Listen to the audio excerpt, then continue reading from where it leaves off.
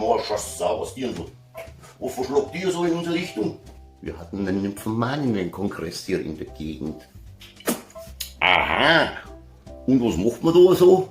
Dieses Wochenende lernten wir zum Beispiel, dass Indianer am längsten können und Bayern den größten haben.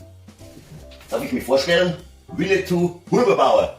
Oh, die Scheißfresserei, der Pfeiler. Mir bleibt schon so stark.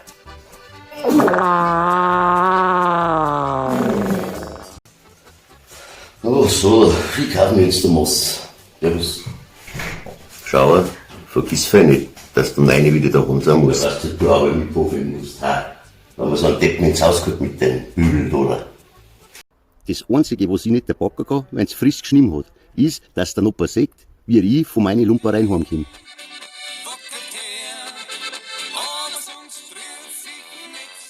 Ja, viele Leute sagen da in letzter Zeit zu mir, schau sich keine Leute wie die gibt's ja nicht gar nicht mehr. Höchstens nur in Comics oder so.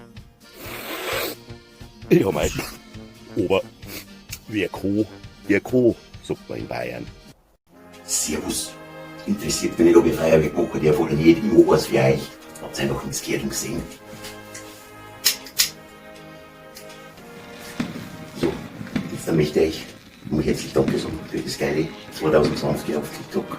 Danke für die Hafer-Kommentare, für die Hafer-Likes. Macht's weiter so. Kommt's gut in das neue Jahr. Ich wünsche euch einen guten Rutsch. Bleibt gesund, das ist das Wichtigste. Vielen Dank, bis nächstes Jahr. Guten Morgen, Schauer. Wo kommst denn du jetzt schon in der Früh her? Visitplatz. Alter Nachbar, muss leise hallo. Ich war mit dem Pfiffi ein wenig Gassi die ganze Nacht. Weil ohne Huckhauer zu heutzutage spart nicht mehr aussehen.